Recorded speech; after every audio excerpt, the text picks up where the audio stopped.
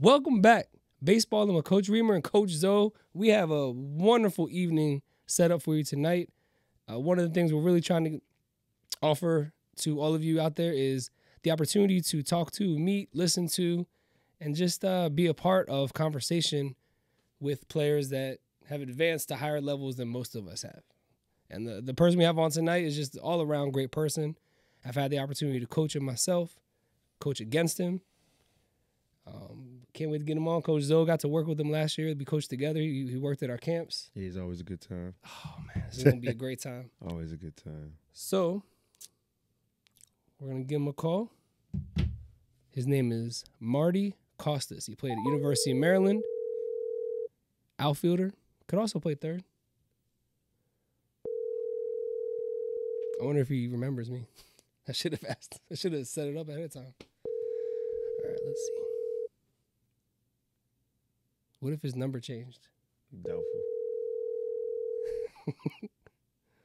Your call has been forwarded to an... He's blocking me. So Marty Costas. The good thing about Marty is he's one of the most resilient people that I've ever met. It just happened to translate on the baseball field, which is why he's playing at the level he's playing at. I'm going to go through a little bit of a bio before he gets on, and just to get you caught up to speed so that you know who we're dealing with tonight. Marty is from Baltimore, Maryland. He attended University of Maryland in college, and now he's playing professional baseball. I'm not going to tell you the organization yet. I want him. He just got moved in January, so I would like for him to break the news to you. Interesting, as high as a level he is playing at, he never played travel ball or in a showcase league.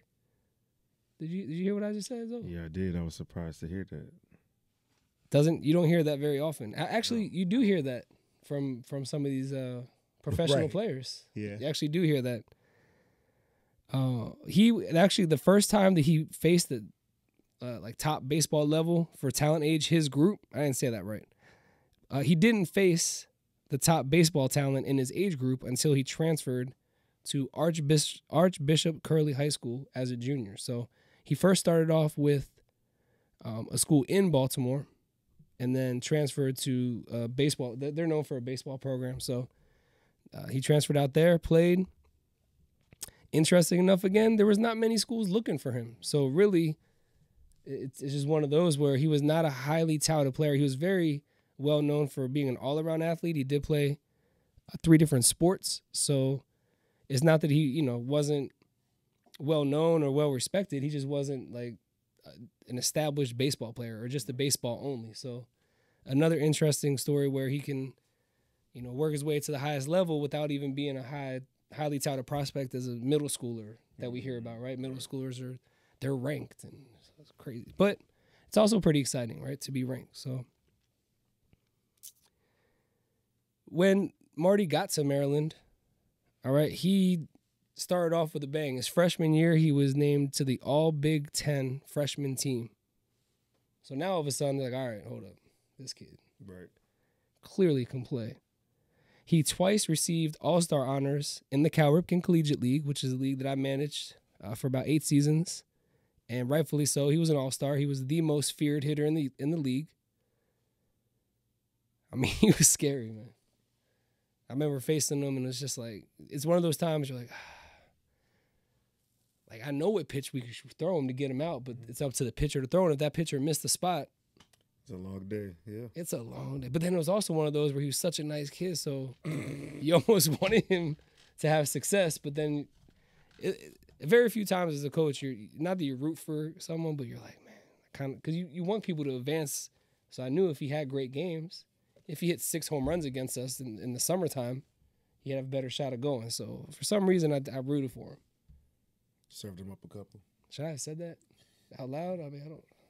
That kind of goes. Perception's reality, To all you Thunderbolts fans, I'm just it didn't happen. We actually had his number, and he'll probably say he doesn't remember that, but I guess you do block out the things that you want to block out. But yeah, he was a legitimate power hitter. I would say more gap to gap guy, but the ability to clear the fence. And on top of that, he emerged as one of the most feared power hitters in the Big Ten. So not just our league, he went back and established himself in the Big Ten. When he got, after that second season in 2017, he was selected in the 22nd round of the 2018 draft by the Houston Astros. How cool would that be? Yeah, Those of you out there being drafted by a team, like, can you imagine that? Like, one day you're just playing college ball, and then all of a sudden you're a Houston Astro organization. right. All right, his career at Maryland, he hit 278 with 28 home runs, 114 RBIs, and 165 games. So remember, Major League Baseball season is 162 games, so we can make a comparison. Mm-hmm. Not in regards to, like, the numbers, because it's different pitching and defense and stuff, but Right. aluminum bats. But still, I mean, you're getting the job done. You're averaging 14 home runs a year, and you're averaging 57 RBIs. That's good for a college season. So yeah, the 5'9", 200-pound outfielder just has been grinding ever since in the minors.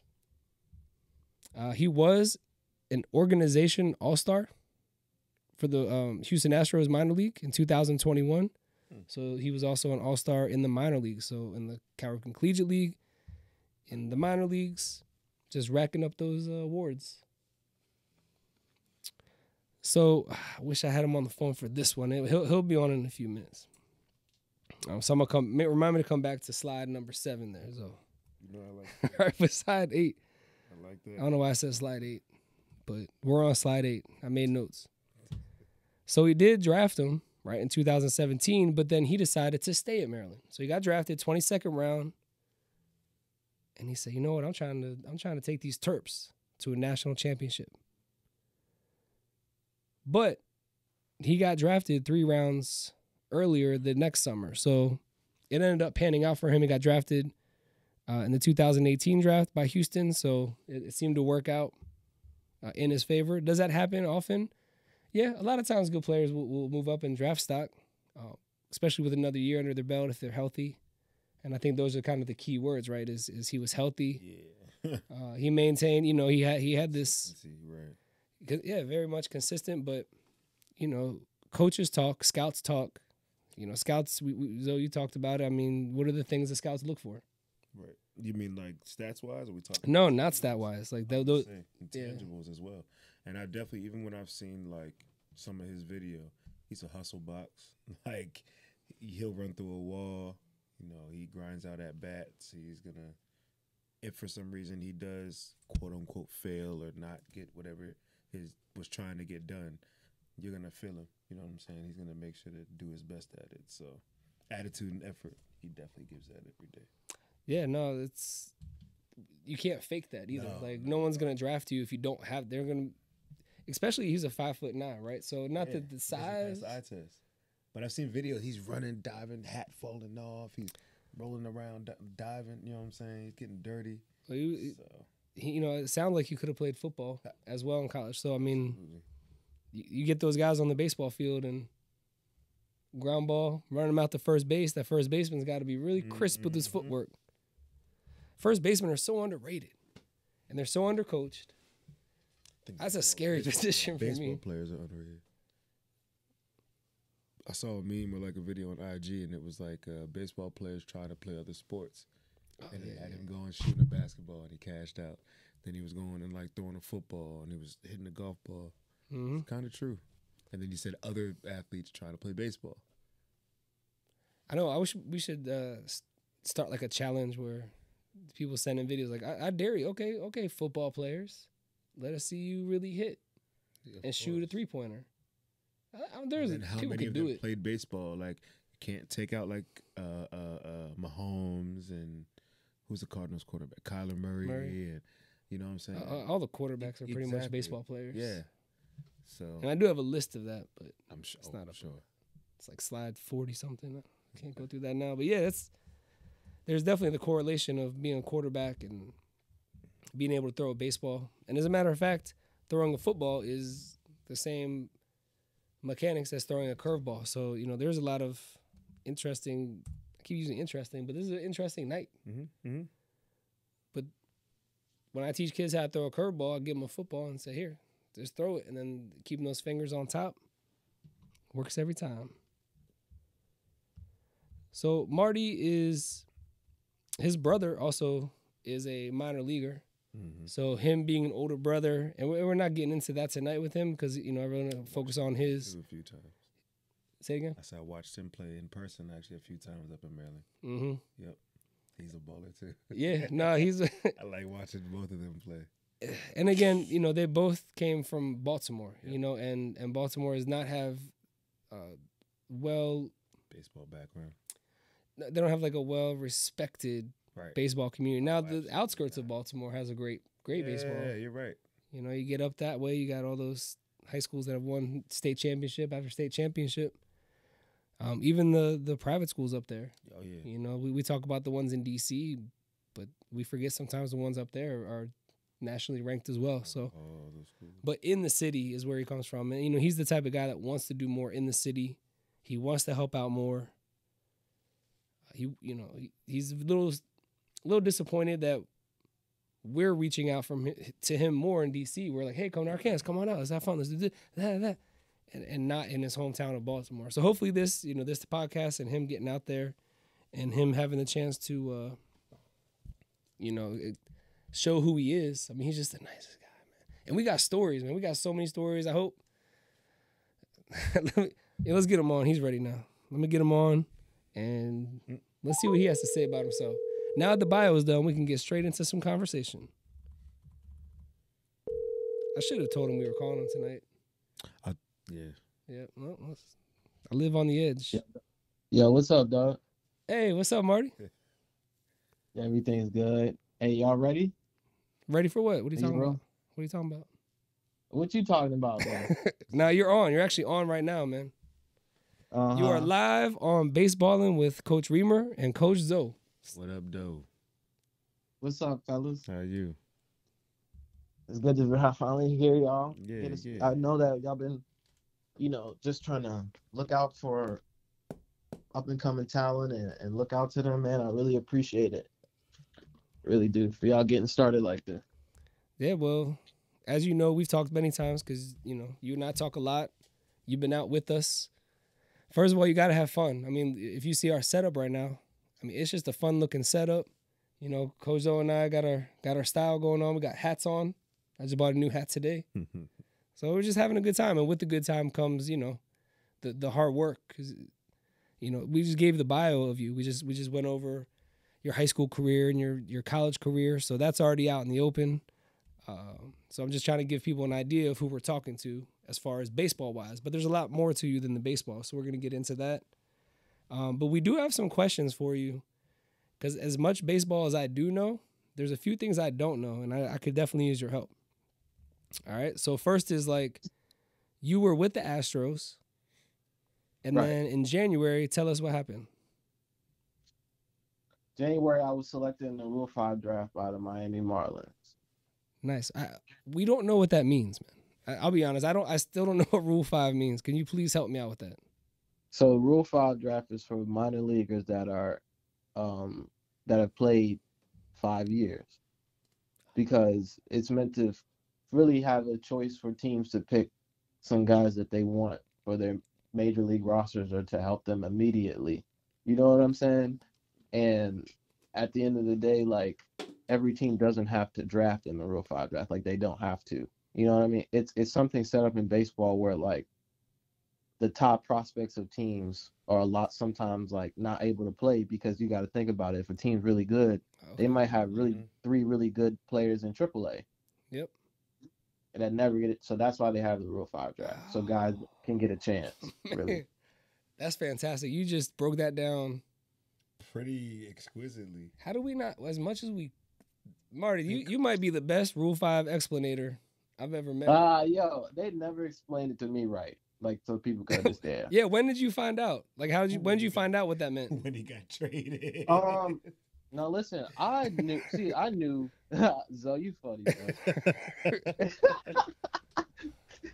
But I knew what Rule 5 really meant, when I first got in the game, because a lot of players always talk about it as like this point that they want to Okay. get to. Like, That's man, I hope I get Rule 5. Like, you know what I'm saying? It was right. one of those things. Right when I came into pro ball, like I heard guys saying, Yeah, and I was told it's because that the team really trying to put out for you. yeah. I mean, obviously, the Houston Astros organization, without question, is deep, right? So that Rule 5, that makes perfect sense because yeah, you get a shot 5, to play. That's Right. fantastic, man. I love I'm that. still under contract. I still was on contract, under the Astros still. Like I still technically am for one more year, but the Marlins are taking it over. Okay. So Right. if I were to put your picture on my website, I mean it's already on my website, but should it be an Astros hat or a Marlins hat? Is it being a Marlins hat? Okay. Because you know how this whole, every time I put people on my website and they're with the teams, they're like, oh, I can't. That's my old hat. You gotta have So the Marlins. Okay, so we gotta update that. Mm-hmm. Well, I'm really happy for you, man. Because now that I know what it means, that's a huge. Congratulations. More value to it. Congratulations. And you know what, man? I just appreciate y'all just reaching out because I remember times when I first was coming up in the minors and I needed some help with money while I was home. And y'all gave me an opportunity to work with kids, and it's something that I really learned that I came to enjoy. And then being able to be paid for and help my family, it really speaks a lot because there's only that y'all in DC, y'all not even in my city, and it's you know what I'm saying, for y'all to have me come out still, and it just meant a lot. Right. Well, it's your fault, man, for having that energy. We always talk about the energy. It's your fault for always having a good time, and it's your fault for wanting to be out there, right? I mean, we were in the bio. I kind of added in that you really want to do more in Baltimore. Yeah. That's where you're from, and that's where your heart is. Obviously, you save gas, but hopefully this will bring that out of you, and you can continue to realize what your different passions are, and baseball is not the only passion that you have. No, it's not. So, it's go ahead, tell them. I'm just saying, you love playing, you love coaching, you'll probably get around to that. But in the meantime, you're a little producer in the rap game. Is that true? Yes, sir. I learned how to produce when I was in college. I started. I got around. I always wanted to do it in my life, but I never really realized I wanted to. It's I love the music so much. It's I always wonder how people made this beat. You know what I'm saying? Or for example, one of the first beats I'll never forget was it was a Wayne song back in 2000s. I'm trying to think of it. It's Go DJ. Artists. Oh my god. Go DJ, that song. I remember as 8-year-old kid. Yeah, I know you're talking about. Go DJ. Yeah, I remember. I think I was in middle school when that song came out. Yep, how old I was are you? 8 years old. 28, Yeah, so you a little bit 26? older than me, right? Yeah, how old are you? Loaded. What you, 28, 26, 28? Yeah. 28. Yeah, okay. Yeah. Yeah, me too. Yeah, I got a few years Buddy. on. Yeah, so what and again we talk a lot, but I'm just trying to make sure I have the right verbiage and stuff, but no reason to hide. Yes, sir. No reason to hide, man. Everything that you do, just and this is why we always mess with you and we always bring you into everything that we're doing, right? You're the first person we have on this podcast that we're talking to. But no reason to hide. What's the meaning behind it? Where did that come from? And tell us about that. It really was something that came about from me helping people in my inner circle, with things even outside of music, art. I have a friend that did comedy. I have some boys that was really trying to find their way in life with stuff, honestly. And I was thinking man, I was just making beats and giving them to people, right? And I was being told, oh, you should try to get money from them and this and that. And it was I don't know. It just never seemed like it was my MO or like my reason to be into music. I wanted to create a community.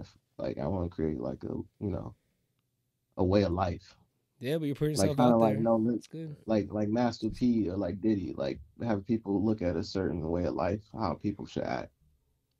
Not even how they should act or how they should feel confident. Mm. And then that just name just hits you. You're like, no reason to hide. That's great, man. Yeah. I like Because that. it really is the NRTH, and some people were like, oh, the North, like, nah, then it was just like I shortened it to that, Mm-hmm. We were thinking, because I'm from Northeast Baltimore, and so I tried to, always keep it at home in my mind, really. I know that's right. That's even the number on your jersey, right? You were 18. Yeah, I do wear 18. Very good, man. I love that Uh, story. Yeah, so like we put out 2 albums last year. The other one, Into the Sun. Yeah, and we put out 18 After Dark under the name 18 Marty. Really just a group collective project that I produced. Okay. We got another project coming out soon, but it's gonna be under Lil MC.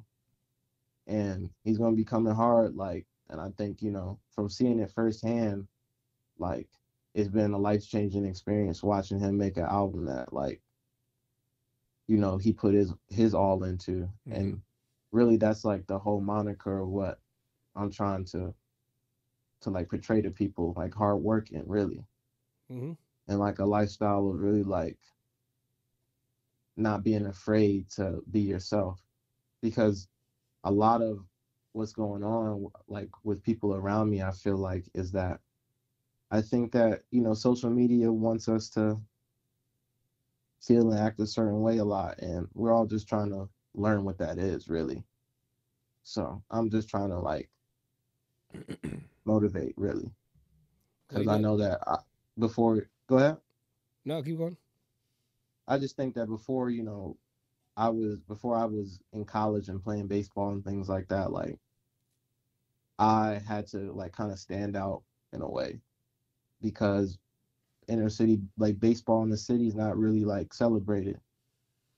So I think it all kind of ties in together with like my life story, really, because I had to like be proud of something that other people wasn't really proud of.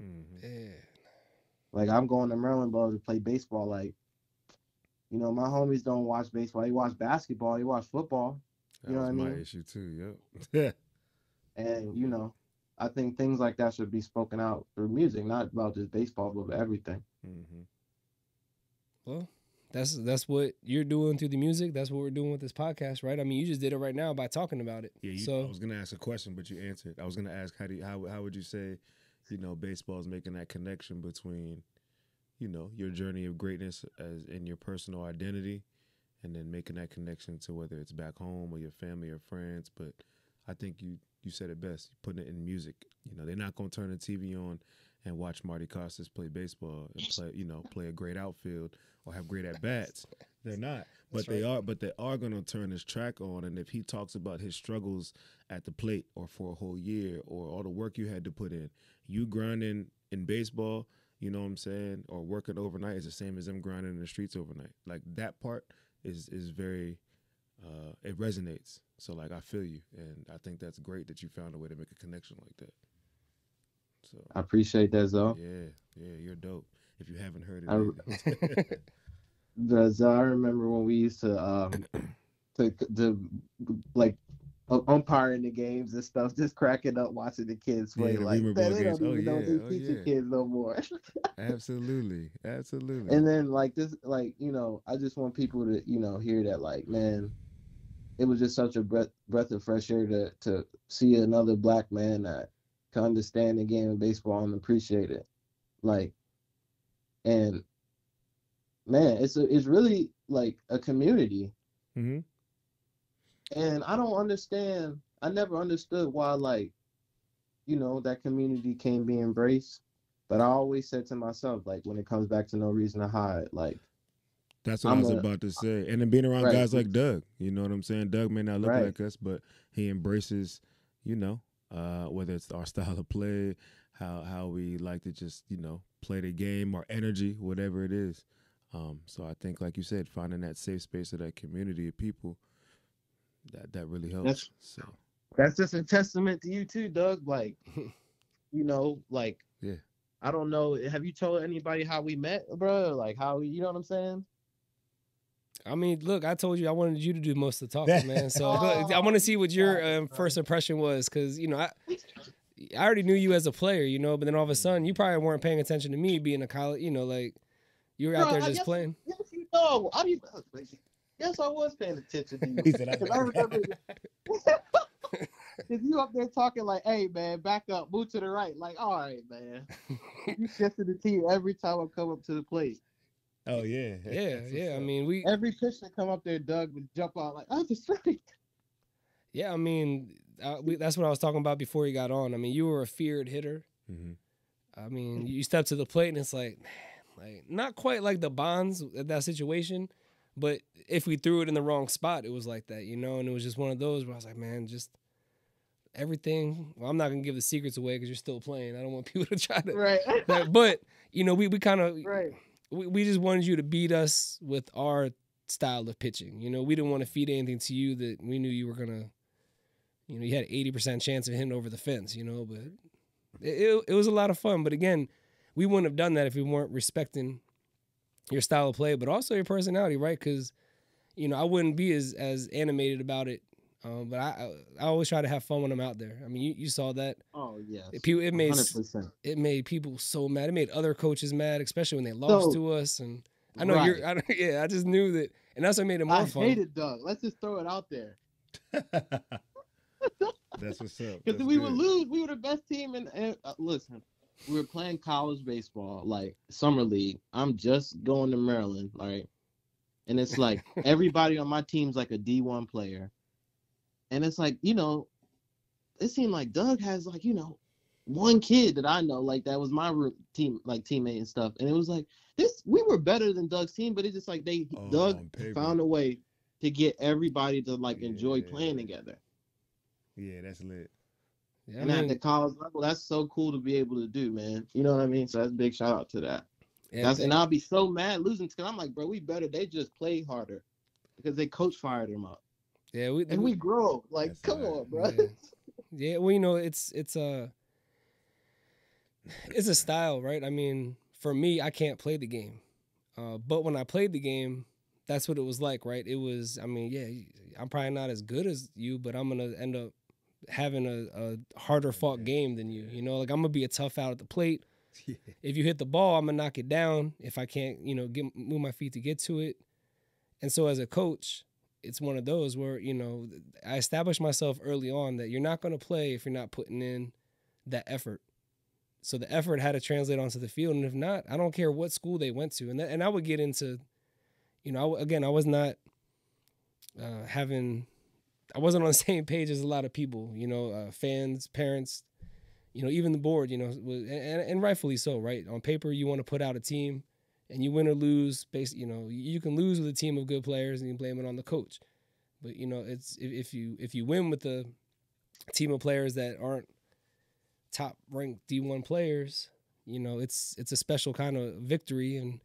And for the kids that weren't the highly ranked players to go out there and win, it gave them a better chance of getting drafted. So I use that as motivation to say, look, it doesn't matter what school you go to, you're playing against these Marty Costas. You're playing against, the Redbirds. Your staff was just pumping, man. Every pitcher that came in was like, sheesh, like let us breathe for a second. But that just meant whoever came up to the plate had a shot to show themselves against you. Mm-hmm. And, some players had more in themselves than others. And you play the ones that you at the end of the day, if we win or lose, I'm still like, all right, cool, y'all fought. You fought for me, and we drove all the way up here, and that's a drive, man. Going from Silver Spring all the way up to you on the buses every day. Yeah. That's how I used to do. Yeah, but look, I do have some stats that I want to share. I haven't shared these stats with you because I wanted you to be on the phone.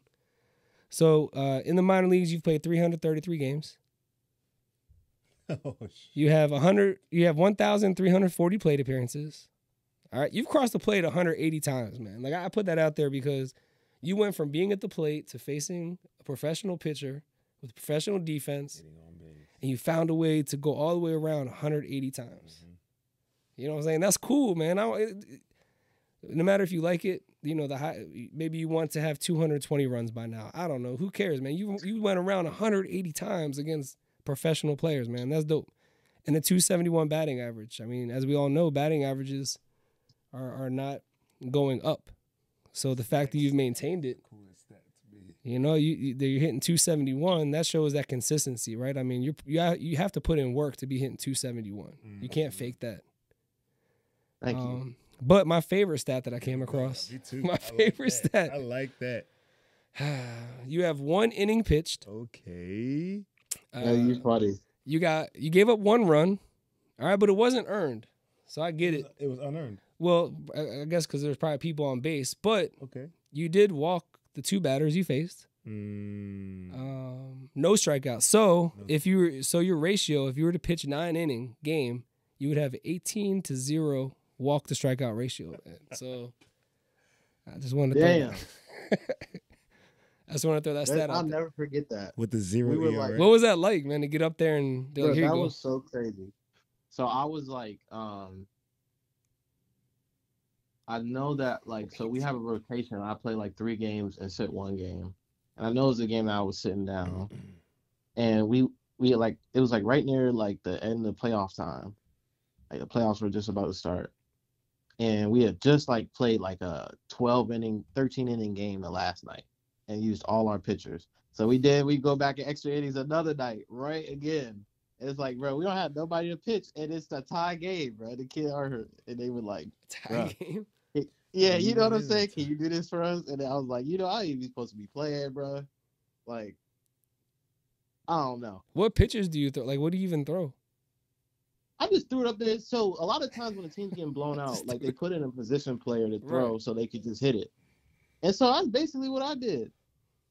Oh, so you weren't trying It to was actually funny. pitch And it. we were in a tie. They usually do it when you're like Right, like 10 blowing run. the team out. Mm-hmm. Damn, that's faith. And it's man. like, right, yeah, it was funny. Did you 'Cause guys we win won. the game? Yeah, we won. We turned around and scored.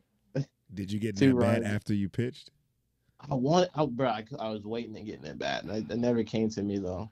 But like, that would have been lit. oh, that was the weirdest night ever. Would you? That means What would you you would've have got the done? Win. Oh, sorry, go ahead, sir. Would that mean you would have got the win if you'd have came up and ended up? No, I scoring? got the win anyway. I think. Oh, okay. I didn't see the That's win on. the coolest stat. You got Oh, that. my No, bad. that's why That's That's why I even had like better. bro. They threw me in like a shower of like bro, the champagne, all that shit. Oh bro. yeah, It that's was even crazy. better. That's even All That right, so was you a got the win. crazy That's night. my fault, man. dub piece. All right, 1 win. Yeah.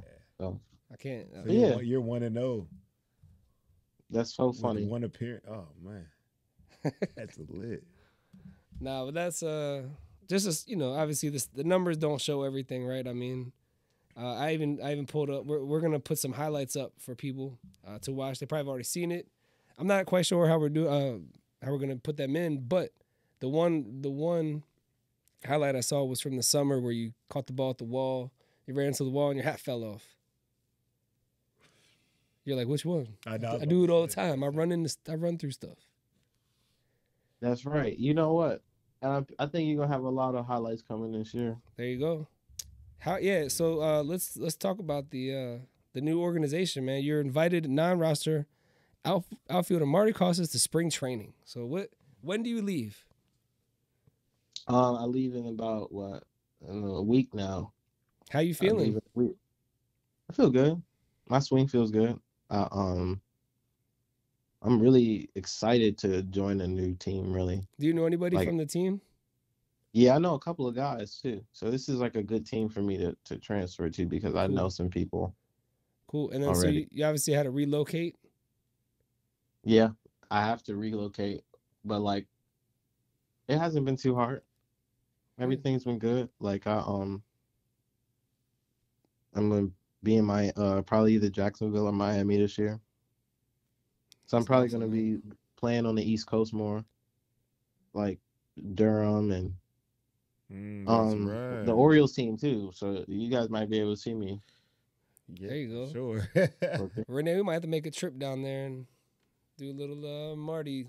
podcast. Durham's only 4 hours Yeah. from here. We can knock that out Yeah, Durham's not bad. easy. And you know that stadium is lit. Yeah, I've seen I've it. seen it. I haven't seen it during That the game, stadium but is I've lit. Yeah, gone by it a few times. big time. They got the big old wall, so Durham, Raleigh it's area. also cohesive with like a lot of stuff that I've been doing with No Reason to Hide and my boy MC. That's MCEMPSY.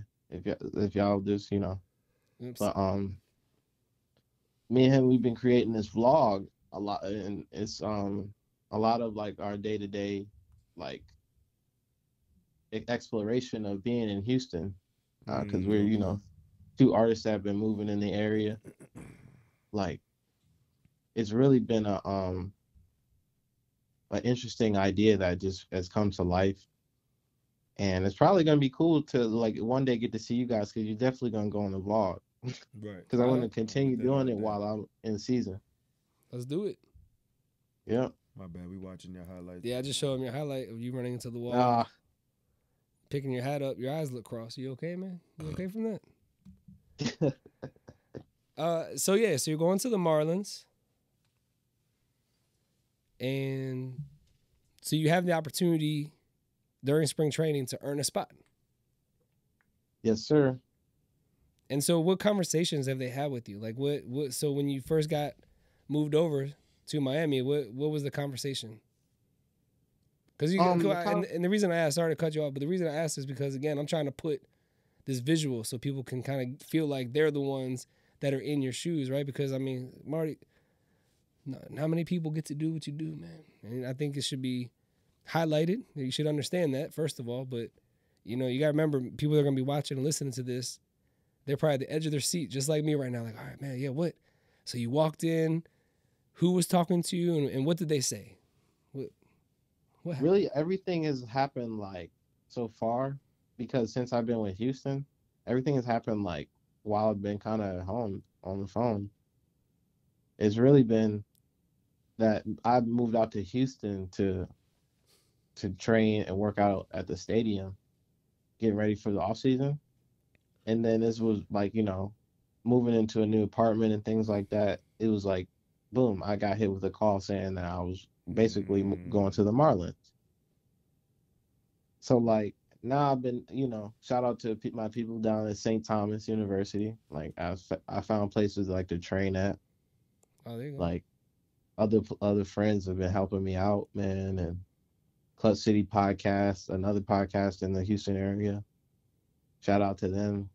They've been like helping me kind of like, with visuals and things. Like I'm really just blessed at the end of the day to see part of my community like unfold in a way, if that makes sense. So it really hasn't been like the hardest thing, but it hasn't been the smoothest thing either. That's funny you say that because I literally a question popped up. Doug talked about your resilience, and you usually come out of anything placed in front of you. And I was going to ask you for the aspiring baseball players, that like to see themselves play at a professional level, for anyone else just going through certain struggles. What would you say has been one or two of the, I guess, like most difficult hardships or speed bumps in your journey right now? Whether it be transitioning as you get traded and transitioning locations, or just, anything that's been going on in your recent journey professionally playing baseball. The biggest speed bumps. Mm-hmm. Okay. It could be personal or athletic, by the way. Okay, the biggest speed bumps I would say for me. I think maybe let's be I like to be like like upfront in my mind about it. Like I would say just injuries. And that's what every athlete's dealt with though. I feel that.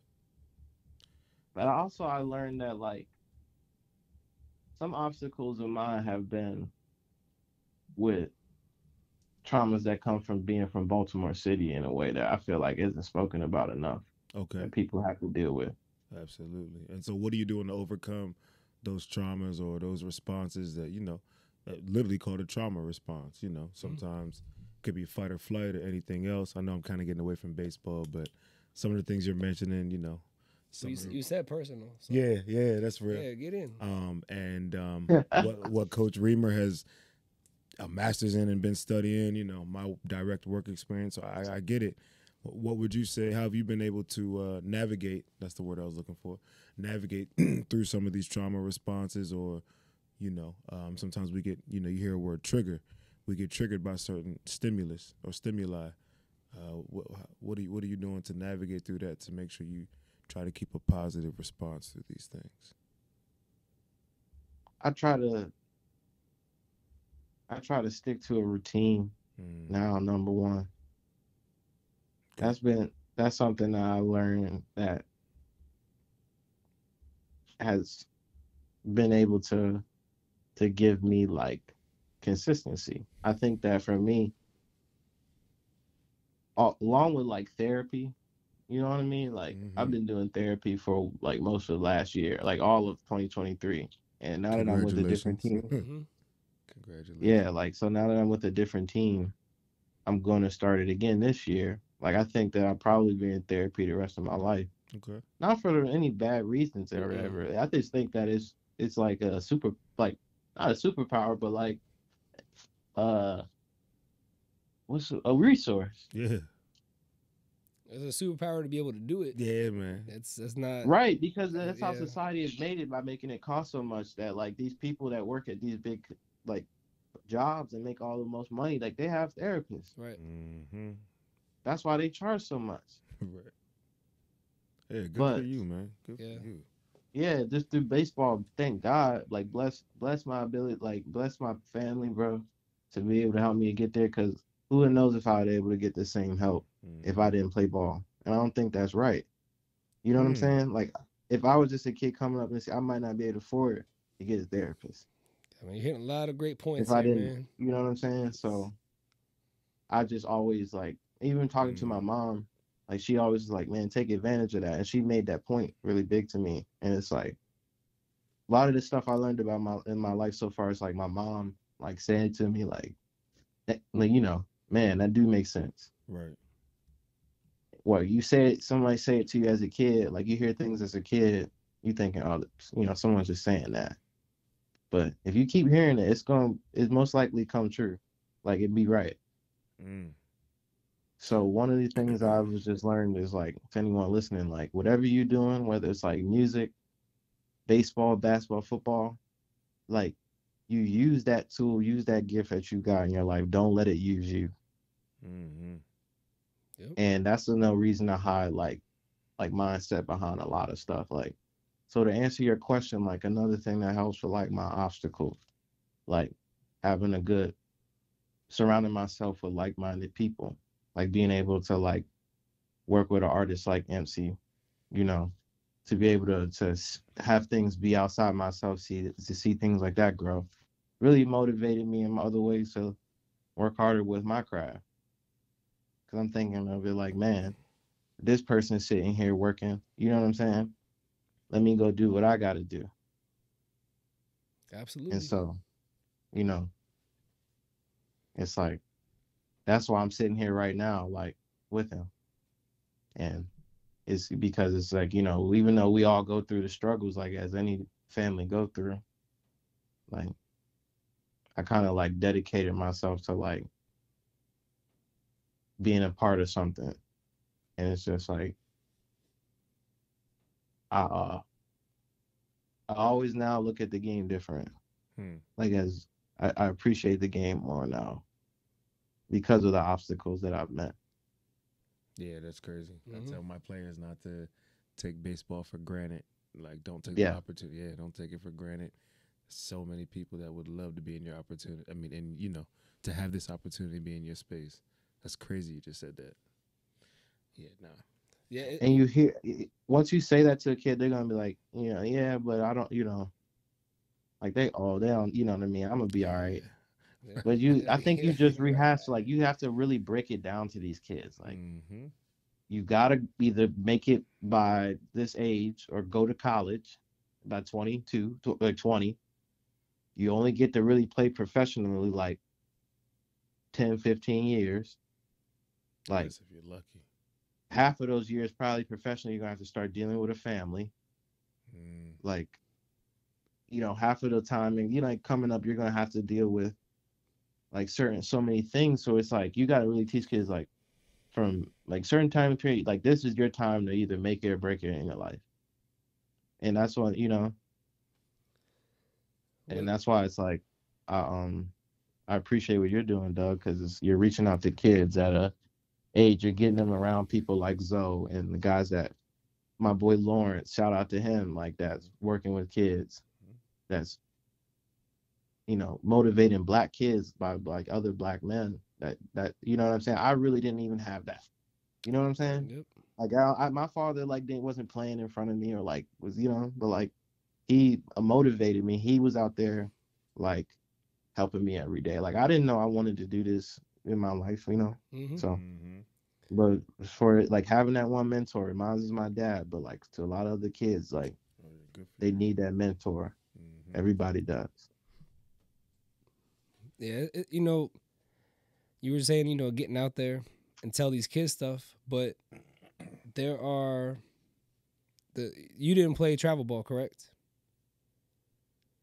Like I traveled around and played a lot actually, but like I've never really paid a lot of money to people to play. Right, but he was a taxi player. Well, yeah, and you're really good. But the thing is, trying to, you said go out there, and tell these kids this and that, but it's really hard to tell a kid anything when they're out there winning. Right now I'm wearing my World Series ring from the Nats that I got because I work for them, and I'm wearing my Hall of Fame ring from my high school. And you got kids out there winning rings that are twice the size of this for just winning like a local tournament with 4 teams.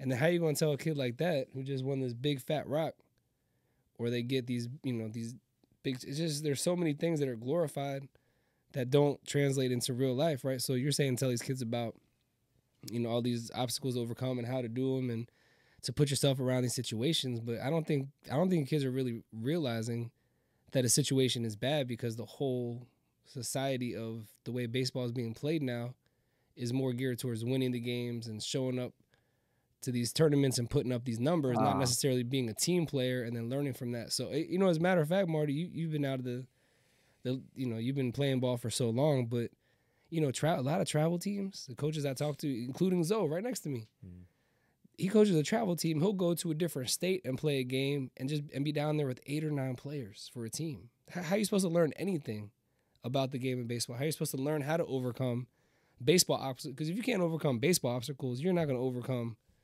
life obstacles. I guarantee that. Obviously the other way around is a lot easier. You can overcome the life obstacle.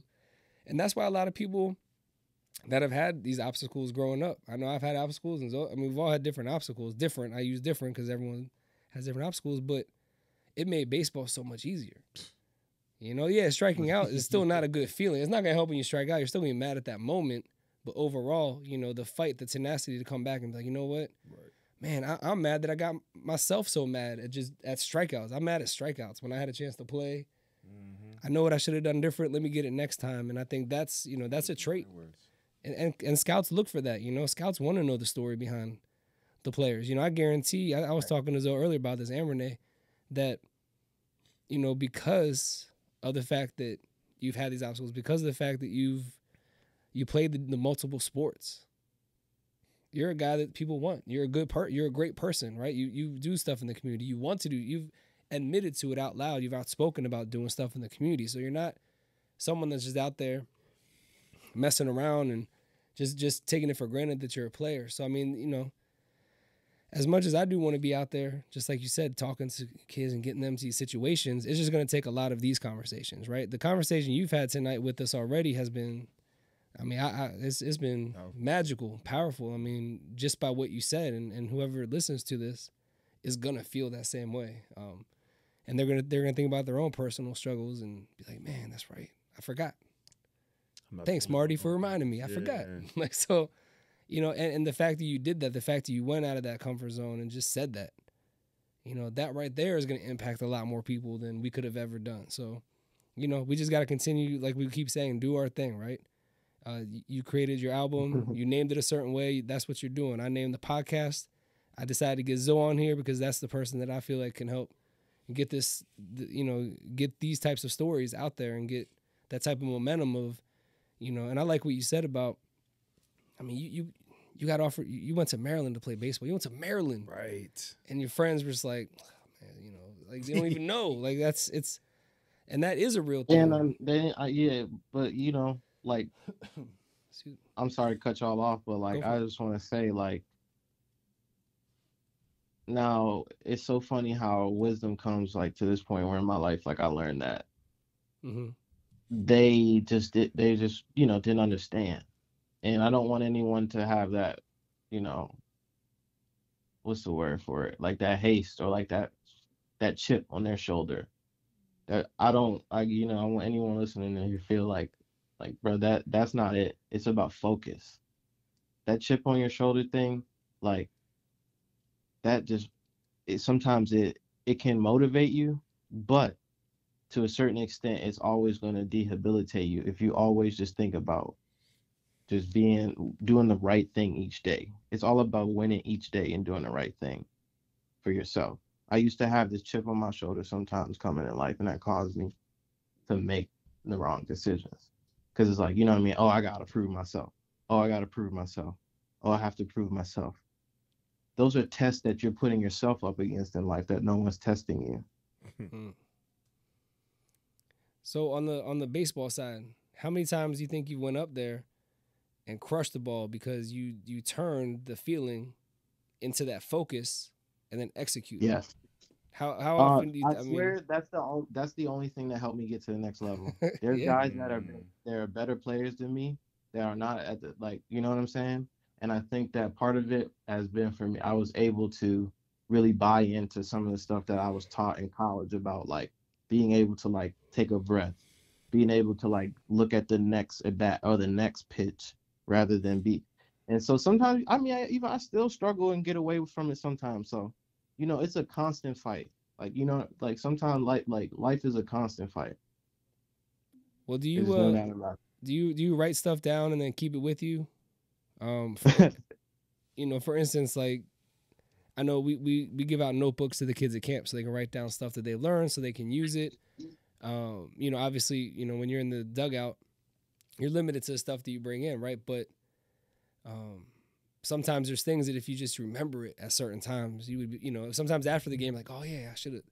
Usually, if I revert back to this or I refocus or make this adjustment, it could happen. So, do you have something that you kind of keep with you? Do you revert back to quicker so you don't spend as many at bats trying to figure stuff out?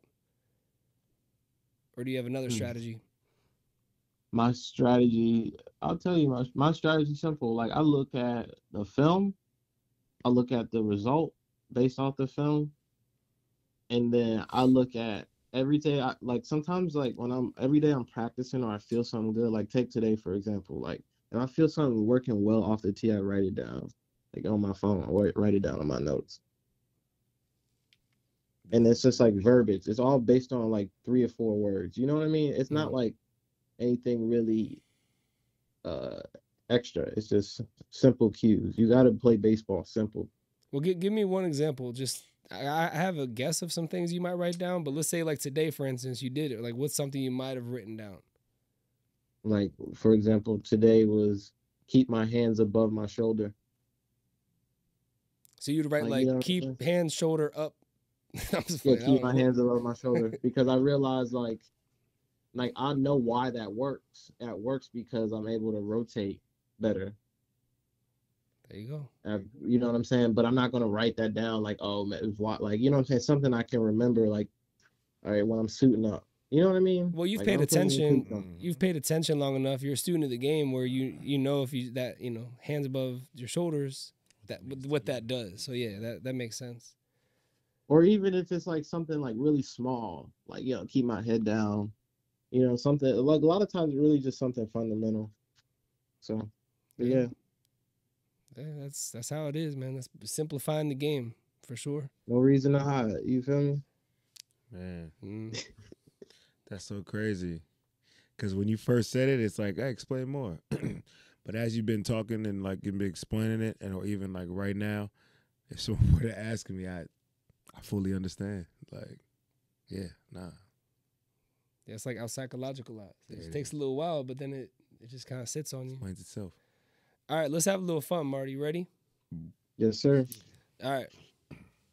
If you were a high school baseball coach, let's say you just got a job to be a high school baseball coach.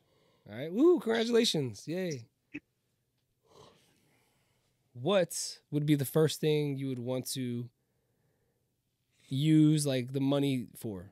Like, you know, sometimes the programs have money and they're like, all right, what should we do first? What would be something you would do if you had a team and you're a high school coach? First thing that I would put investment into. That's a good question. Right. I'm just really curious what you think. It's Because you a probably haven't really thought good about question. coaching, but Now that's a good question. First thing I would think to put money towards. like for instance, if you were I would- coaching in Baltimore, right? Because you know Baltimore, you already know the facilities there. Okay, yeah. It would be based on the school's needs, right? Like for example, like Curly, I would, if I was like the head coach at Curly, I would put money towards a better, like a nice field, All right, so like a field. like a stadium. You know what I mean? Oh, so you want to go straight to just making the place look rocking, Make like the place it's the place look to good. be. So, right, make it to a place to be, so the fans come, make the kids want to come, make the coaches want to come. It's all about getting a good facility. Marty, I'm telling you right now, man. For years, I'm so glad you said that because I was actually on the phone today with the parks, Montgomery County Parks, because I was talking about fields for the year. I'm also on the Montgomery County Sports Advisory Committee, right? So we're trying to come up with ideas to show the council so that they can to get more kids to play sports. But the number one thing I've heard over these years, all these years I've coached, all these guys that I've coached that have played pro ball, that's what they say. They usually say about how the nice field is what really kind of got them pumped up about playing, man. So, and that's a real thing. Yep. I mean, you don't need it to be better, but you got to at least get on it to be like, man, I want to be on this field more often. This is more fun than the rocks and the grass and the glass and the turtles and the. That's what I came up on. Yeah. I love it. It makes you great. That's why I appreciate every day, you know, like when I'm out on that field, I swear it's like how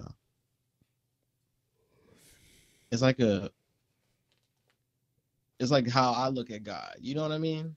Like, it's hard to explain.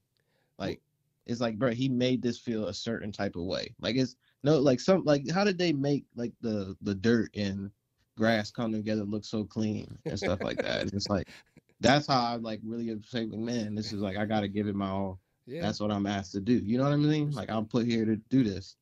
All right. What about now? Forget the money part. Let's say you got a team, and a lot of the team hasn't really played much, right? And this is a real thing. I mean, there's high schools all over the country, right, where you just don't have a solid team yet. So, what would be something that you would work with the team with first? If you want to try to have a successful season, what would your first week or like first day or two look like to really get the team going?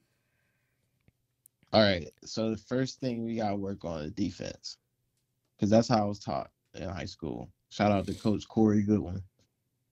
If anybody here just won a championship with Baltimore Polytechnic again. One of the best coaches probably ever in Baltimore City history up there now. But the first thing I remember when I went there as a freshman, when I was like 13, didn't really understand like cutoff and relays. I didn't know that. I used to play the game like shortstop as a kid. Like, they hit the ball, I'm just gonna get it in the outfield. I don't know where to, you know, I'm get in, make a play. Like, he taught me, and he used to fuss at me every day, bro, because I never was lined up right. And so this is funny because it's like this like slightly old dude with the glasses, the librarian glasses, like tall dude, lanky. Like, come on, man, he got the freshest outfit though. Hey, what college did he go to? Like, he the coach, but the freshest looking dude on the field. What college did he go to? What was it? I know, I see it. I can't think of the name. Did he go to UMES? Eastern Shore, I think. I met him in Dallas last month. Really? Tall dude. He like 6'3". Yep, 6'3" with the glasses. I know like, who you. I met him at the Go, bro. He diversity taught me how to clinic play the in game. Dallas, bro. As soon as you started talking about him, then you said tall dude with glasses. That's bro. I know. I met him, bro. That's so crazy. He just small interviewed for the world. UMES position. He said he got interviewed and he almost got the job. I know exactly who you. I just met him last month, bro. That's Go. crazy. I Taught just me how shook to his play the hand, game. talked to him, and all that. Like I just got his. I'm pretty sure I got his information. Yep. He been there for like 25, 30. Well, I don't know. I'm exaggerating. 20-some years now. It's got to be. Then, man. Hey, so, I know exactly who you're talking about. Yeah, that's what's up. all right, so defense. Huh? You would start with defense.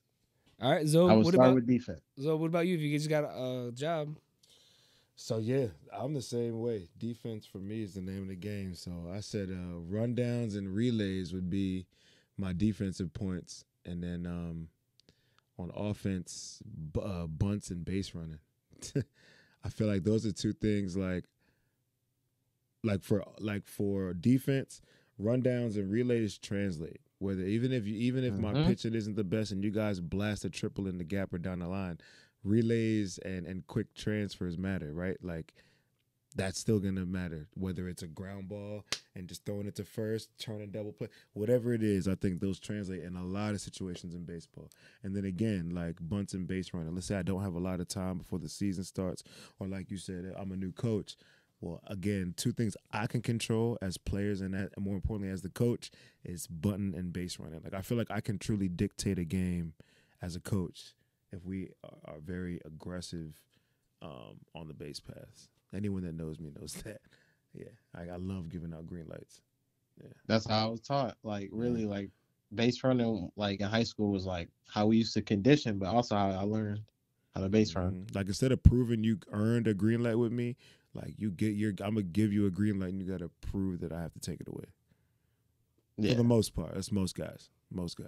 and that's the best way because that's how it is at every level. Really, Yep. it's so funny how the game really doesn't change. Exactly. Shout out to Goodwin, man. That's what's up. Shout out to Doug. Shout out to my boy Imp. That's what's up. That's all right. Shout out to my mom, my dad. Like, and my little brother's got a really big year coming up. Probably going to play for the Orioles. Oh yeah, we talked about him too. yeah. What's going on with him? So he's in AA right now with the Bay Sox. So Maxwell Costas, y'all check him out. Yeah. I didn't realize he was in Bowie. I'm gonna definitely go check him out. Yeah. I was telling Doug, I saw him a few times in person. I saw him at that game versus UConn for real. I think it was the last game. You was at that game? I was. I'm probably gonna tell him myself, but that was packed. found my way inside that game that night. I won't Tournament speak, game. I won't speak too much, but I found TV. I remember, bro. I was in Vegas watching it on TV. I think. Like I was like, bro, you gonna have to hit something. Controversial call. That controversial call. Was it at first I'm watching base? it with my team, like they felt like, you know what I mean. Yeah. Maxwell came through. I was like, man, bro, it was the best. Like, bro, I never felt so proud in my life, bro. No That's matter what's what I've done, no prouder feeling seeing my brother hit on TV That's dope. There you go. by far. I just goes to the person that you are, man. That's No, it's for real. That's real though, That's dope. because it's like I'm doing it. It's just like what I'm used to doing. Like, I'm trying to survive, trying to play, but like seeing Maxwell, like what he had to go through, man, and yeah, Resilient. That's That's another definition. Yeah. Resilient. Yep. Must be a Costas thing. I love it. Yeah, I know. I appreciate y'all. Yeah, I know. I talked to you earlier, man, but I was with that Bay Sox for a couple months, and Marty didn't know. He didn't even know I was with the Bay Sox.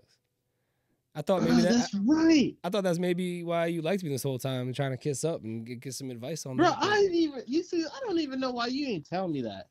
I mean, just like you, we don't really talk about what we're doing. You the right? good though, bro. Different ways. It's like always like, man. It's always like, Doug. You brought it up, and I was like, bro, what?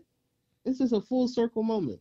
So it's like, I was thinking in my mind. Look, picture Doug with his little, his BP jacket on. Oh, hey, the jacket I have is huge, man. I got picture with the jacket on, his arms barely hanging out. Yeah, that thing. Well, because what happened was I got asked to coach if I was doing anything in the spring, and I just finished my master's degree, and I was just trying to hang out with my daughter. But he offered me the chance to go coach with Bowie, and I was like, and I honestly I didn't have any money, so I was stressing because just getting there and back, and it wasn't a paid job. It was just to go out. You know, they gave me gear, but it was more of just getting the experience. So I did it, but I had to miss a couple of days because of that, and I was like, I felt bad, you know, because I didn't want to be in and out. But again, it's one of those times, right? So it's that struggle where you're like, man. But when I did show up, I gave it, you know, there's no point apologizing why I wasn't there. You know, it's just, hey, what you need me to do today, coach? And the GM, he was awesome, man. That whole coaching staff was phenomenal. Actually, Butch Davis was one of the coaches, and he was in the movie Bull Durham on that fight scene. Oh. Yeah, so it was kind of ironic you brought that up. You know, I coached you one time. So I coached against you a lot, but I got to coach you one time, man. Let's talk about that little trip. But don't do it. Let's talk about that trip, man. We got a couple more minutes. Let's rehash So I had the opportunity to coach in Cuba, the Carrollton Collegiate All-Star team. I didn't get invited, I cannot believe that. I can't believe that was a thing. You know what I mean? Like, I still to this day, when I got back, since the moment I got back till 2024, like, I still talk to some of the guys from this day, like, bro, what was that? It was so fun. It was just like a museum trip, like off rip, like meeting people, like, oh, bro, this dude was coached this team in America, like. These guys, like, you know what I mean? We playing against guys like 30 years old. Yeah, so we went down there. It was the Carrollton Collegiate team. And what happened was the coaches were asked. It all happened so fast. You know, the players arrived like June 1st for the season. But we were asked in like late May, based off our roster, to, hey, you know, select your best players for this trip. And I felt bad because I was like, come on, man. Like, I don't know everybody. Yeah. You know, but I selected some toolsy guys that I thought would really make a difference and showcase their skills. And we went down there. None of the coaches from the league went because they didn't really ask us to coach. Doug, the only coach out. It's 5, 6, 17. Doug, the only coach, and it was like 10 teams. Man. It was and then Antonio for the Grays. Right. Yeah, and so we went.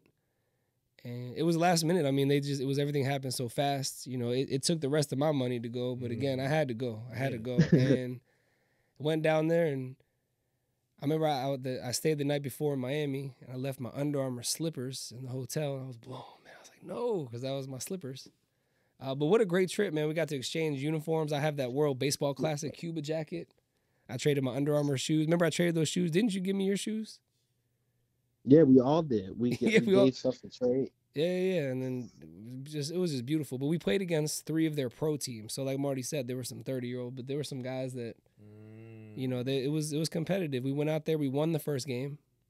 I did choose the starting pitcher and the lineup. Like, these guys done played professionally for years. Yeah. They come out of college. Hey, you know what's funny, Marty, is I show this video all the time because there's one video from Cuba. Have y'all playing on drum? No, not that one. The lady that was the videographer, she at the second day in on the trip, she was like, "Man, I should just video you and make a movie out of you." And she did it. She actually did it. So like a couple weeks later in the mail, I got a CD. It said Doug in Cuba. So I watched it, and literally it was just a whole bunch of clips of me in Cuba. She really did video me during that trip, but. One of the scenes, Bears, bro. It was so funny. But there was one scene, and the reason I'm saying Marty is because it kind of, we have a good relationship, you and me. But in this video, it looks like you think I'm the most boring person in the world. Because there's one scene where remember the beginning of the first night, I was talking to everybody on the team, and then but the camera zooms and everyone's watching, but then you're sitting in a chair and you're just like leaning over, scratching your head. Like, you're like, what is this guy? It looks really funny, but I show this video all the time. So every time I watch it, I pause it. I'm like, look, Marty's bored.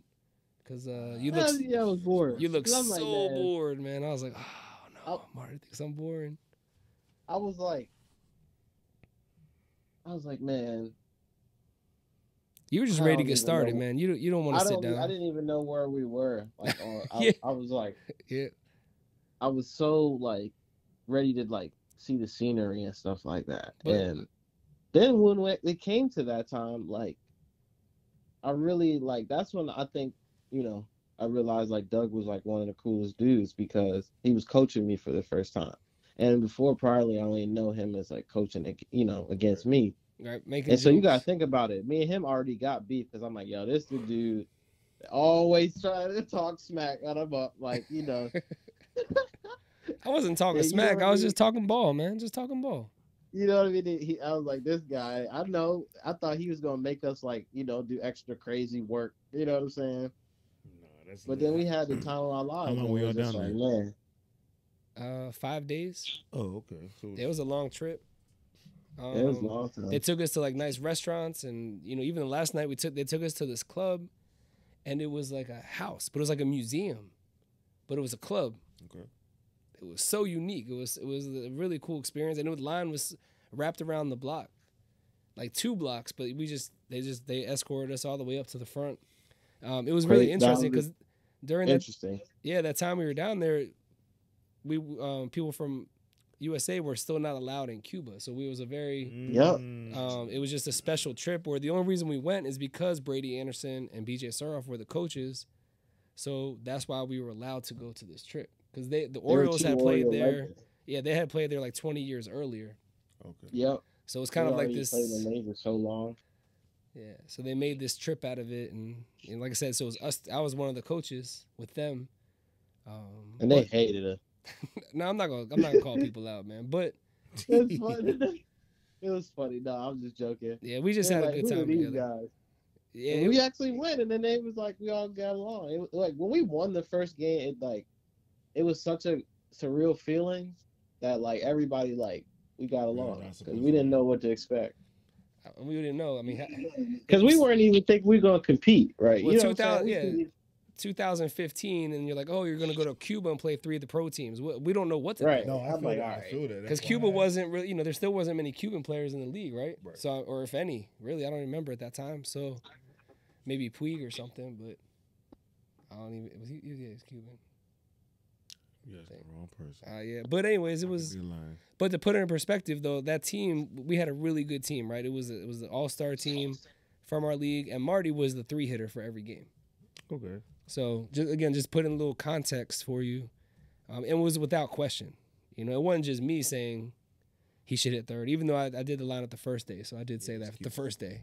But He's Cuban. yeah, that's okay. Cool, thanks, man. Thank you. Zoe looked it up. He's Cuban. No, don't put that out there. I'm not Cuban. No, You- talking about Puig, Yasiel Puig. not you, man. Oh, okay. Yeah, but No, yeah, man. Yasiel Puig is Cuban. Yeah. So There's a couple of Cuban players still. I'm gonna get back to you on yeah, that. there's a lot of Cuban players in the league now, and it's funny Yeah. because I was doing the scorebook for a little bit, and I actually kept 1 or 2 of them. So I'm kind of curious. I don't have first names; I just have last names. But I'm kind of curious who we did play against, because I'm sure we played against some guys that are in the league. You were that's what 42 in That's college. what I'm saying. So like, put that in perspective. We playing guys that's in the league, like out of high school or been in the league before. Yeah, what'd you say, Zoe? You were 42 in college. Yes, sir. Interesting. I had the opportunity, Yeah, the which rec- was really cool at the time. Now I look I have back mixed at it. emotions about that. I think it's dope you wore it. Why wasn't it already what's the word I'm looking for? Retired. Right. Is it? That's why I was it's like, open in man. college to wear. Yeah, it was open. Like Yeah. it was literally for me to choose from. Like I was a freshman at Yeah. Maryland. I had 2 numbers left to choose from: 30 and 42. Oh, you Like, gotta go who would- 42. Bruh, you know what I'm saying? How many Like, years were you literally. at Maryland? 3. I was in Maryland 3 years. Okay. Who's yeah, number left 30? with 2 numbers. So. I don't even know 30. Greg Maddox? No, No. he was 31.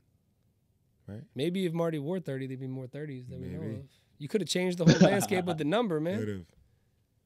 He said he just followed You know? greatness. Yeah, well, Brought it back because never was feeling, Mm-hmm. some people was wearing it before me, hopefully, and like, man, that's Jackie Robinson's number. Like, you know what I mean? So you Like, played. that was just such an honor for me at the time. Oh, Yeah, of course. definitely. Oh, without a doubt. And you're always going to have that, right? Like just right now, as those looking it up, Yeah. your number in college, people are going to know And it you were makes 42. perfect sense. Yeah. So, question for that all was the a- for all the baseball guys. Even when I was in college, you know, it didn't matter if they were 6'6", 250, or 5'6", 110 pounds. Everyone swore they were going to play for. And I went to UMES. I wasn't at a Power 5 school. Everyone swore for some reason they were going to only play 3 years and get drafted. So, did you only use 3 years of tell the viewers, did you only use 3 years of eligibility and get drafted to clean off that? Did you have a redshirt year? You know, how did that look for you? How did your collegiate or post high school baseball journey go about? I don't know how much time we have, but That's good. Oh, that's a you could good question. explain that a little bit. That's good. Yeah, my so post high school I went to Maryland, and I remember we played Alabama my first year. Yeah, My because first you series. played as a freshman, right? You started and played as a freshman. My first series, right? I didn't play, and we lost like to Alabama. Oh, you We you got didn't swept. play your first year. Yeah, my first series I didn't play. Oh, The first, first okay. series of the year. Yeah. Okay. Then they put me in the next week game, the midweek game against Delaware. Oh yeah. And I did okay. I did good, and I never forget. I never, like, you know what I'm saying? Basically, was a starter ever since those years. Like the rest of that season, sophomore, junior. Did someone So- else play ahead of you and just didn't do well, and then you came in, or like what was the? I can't remember. Can't remember. I wish I could remember that. That's a good That's all right. question. But either yeah, way, you like, took advantage of that opportunity, and we talk about that all the time, right? very You grateful, gotta. bro. I was very lucky, bro. Because I had one, like, You said it's very what? What word did you use? Very lucky. I knew very you were gonna grateful. say. I knew you were gonna say that. I have to stop you. We talk about this all. He doesn't the like the time. word lucky. No, it's not that I dislike it. Ah, Not that I dislike it, but it's a testament to your greatness because they say that luck is when opportunity meets preparation.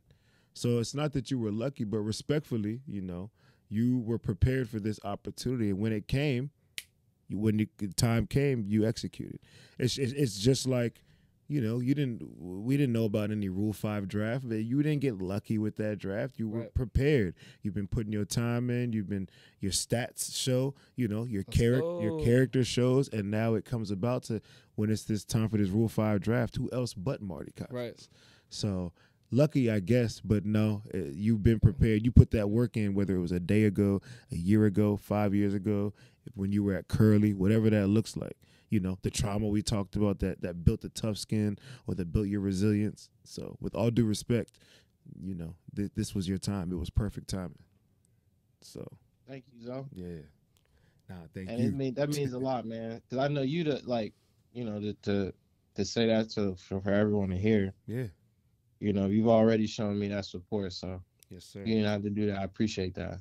Yeah, nah, I be they don't know. I be texting your phone, I be hitting your IG, I see a video that resonates, Yeah. and let me tell you about my man Marty. So just know, out of sight is far from out of mind. Mhm. We know the work I do, when I teach, and man, you don't know how many times, and you look like a lot of my students who are not in the best situation. So it feels good to type your name up or Curtis Pride and be like, hey, look, these people look like you. They're already 1%ers already because they play at the highest level, but they're also a very underrepresented population in this 1 percentile of what they do. So, yeah, you keep leading by. You're inspiring so much more than even when you're just, as you would say, chilling or whatever. Nah, you're making a difference. Yeah, kids from every camp day. asking about you all the time. All the time. When's Marty coming back? Yeah, why are you here, Coach? You remember it was Marty? bro, Did y'all see he got man, that traded? hurt. Yeah. Yeah. I didn't know that. Yeah. I wish y'all Nah. hadn't told me that. Yeah. Yeah, man. No, you know, it's real. that's It's real, man. and that's what this game is about, right? I mean, everybody plays the game, right? The people that play the game, they play it, but then it really just takes a special few to tie it all together, right? To create this community. We keep using that word. You use it a couple times as well. And that's what we're doing with this podcast. We're just trying to create this community where, and over time it'll be a little more interactive. People can call in. We can have these conversations. Our hopes, and this won't be your last time on it, because hopefully next time what we're looking to do is get some people, to be able to call in and ask you questions personally, right? Because there might be a kid right now that's listening or watching this, and they're saying, "Man, I would love to just ask Marty a question." Mm-hmm. Right? They want to ask me, or they'll ask Zoe a question, but from what you just said tonight, you just reached a whole different Yes, you did. group of kids that they probably wouldn't ask those questions because you, just like Zoe just called you, a leader, man. You by the words you spoke today and the actions that you've been projecting and doing for so long, you know, you put yourself in that position. And so we're here for you, as always. We want you back. Yeah. Next time you're in town, we get you in person. We'll have a lot of fun with that No one. doubt. Yeah, not No, to that's gotta happen. Man. Oh, for sure. Definitely. And not to wrap you up, but you know, but you doing a lot, and like he said, not just for the baseball players, but you're gonna help draw in a population of people that may have nothing to do with baseball, but maybe people who we talked about trauma today, we talked about being resilient today, we talked about, well, how do I respond in adversity? We talked Not about having the resources. absolutely being Wondering if there's even a chance. underfunded, lacking confidence. You know how many people that fall in one of those 5 categories that have nothing to do with baseball, that either we deal with on a daily basis, or whatever maybe in our family, maybe our friend circle, or at our job, place of work, whatever that may be. So I just want you to know, like, whether it's you, whether it's myself or Coach Reamer, or anybody else, like, but you particularly, you're appealing to a way bigger audience than just baseball people. So, no reason to hide is a real thing. Yeah. So thank you for exposing us to that, because I think that's something that's very profound. I think the word. Yeah, I want to follow up, Marty. You played multiple sports, right? And you could have played other sports and been in a different situation right now, right? Who knows where you would be, in a good way, because you would have been somewhere in a great position, just like you are now. But a lot of people that we are trying to get into the game play different sports. So if you have any advice for people, we always say play multiple sports. People say it. You read it. There's research on it. So many reasons why you should play multiple sports, but you actually did it, and now now you have a chance to play for the Marlins on TV. Like, what made you let me ask this good question right here. When did you decide that baseball was going to be it? Is number one, but number two is, when you were playing these other sports, did you do it with the intent of being really good at baseball, or did you just go out there every day and compete, and then over time it just ended up that way?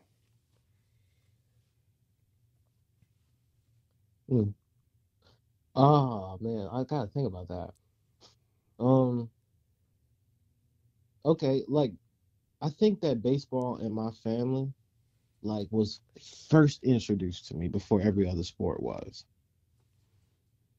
And I was grateful for that. So I learned how to catch a ball, I learned how to dribble a ball, and then football was natural to me. But football was like, I really lived life at 18 thinking I was going to go to college and play football, bro, and I wasn't going to be able to play like I wanted to play baseball. So that's real. Mm-hmm. And I was very lucky, bro. I was lucky for Maryland to see me, lucky for people to help me at Curly, like, I very mean, football. grateful. You Shout out. loved football. I mean, you loved getting the ball and just trucking people. Like, what was your favorite thing about football? I was like, I loved competing in football once a week. Like, it's so much on the line when you're not playing every day. Yeah. You know what I mean? Yes. And so it's always my bad. There's always that feeling. Nah, my bad. But yeah. So for any kid that's like playing multiple sports, like, the key is always to try to practice other sports while you play. So I was always practicing baseball during basketball season. Yep. Like, I was always working. Like, even if it was like twice a week, I would hit during basketball. You know what I'm saying? I still got out there. Yeah, You just don't want to take that long period of time. Because baseball, you got to do every day. That's true. Yeah, I think, an ideal type of off season, right, is, you're playing basketball or a sport, and, you play in the winter, but that's a good time to rest that arm, right? So you do a lot of footwork, glove work, definitely get the swings in. The swings you can kind of always continue to do. I mean, that's something that, it's always good to take a little break, right, to hit the refresh button. But, yeah, you definitely got to play while you're playing. And that's why a lot of people, like myself, I couldn't keep up with the grades as well because I just played sports all the time. But because I did that, I was able to pay for college, right? So that was kind of the give and take approach. But yeah, for those of you that play multiple sports, it's not just one thing to go out there and play the season and then play you have to really mix in throughout the season the other sports. Got to work all year round. I mean, unless you're just really, really, blessed with throwing 90-something or running a 6'2" or stuff like that. But yeah, man. Did you hear about that kid that ran a 5'9" at a perfect game showcase? For real? A 5'9"? 5'9". No, man. No. We're going to have to look that one up. Okay. Was that a hand stopwatch or was that I think it had to be hand. We gotta look that He's one like this. up. Ready, set, go. Wait 3 seconds to press the button. Is definitely flying though. Well, Marty, man, we're about to wrap this up, man. But we definitely always enjoy talking to you, man. We missed you this off season, but we know you're out there working hard, and we're excited to see what you're gonna do. But before I even say that sentence, right?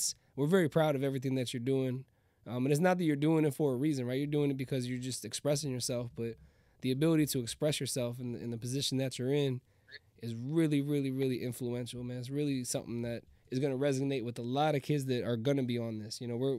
We're just putting the podcast out now. We're just getting the YouTube channel out right now. I haven't even sent them out to my listserv yet. So, like I said, once this is gone and it's out there, there's going to be a lot of people like, man, let me follow that guy Marty. And not just for baseball, man. Talking about your other career. And I know you wanted to throw a shout out to your boy. So if you want to do that, man, I'll give you a second to introduce your partner. Say, how can they find you on the gram, bro? Give me one real quick. Y'all can find me on the gram at MC Morningstar. Okay. Nice. I still don't really know what that means. EMPSY MORNINGSTAR. Okay, repeat that My one more guys, time so they can we got catch something that. coming for y'all. Yeah, repeat that one more time. We'll make sure we get that. Repeat that one more time so they can catch that. Yeah, EMPSY MORNINGSTAR.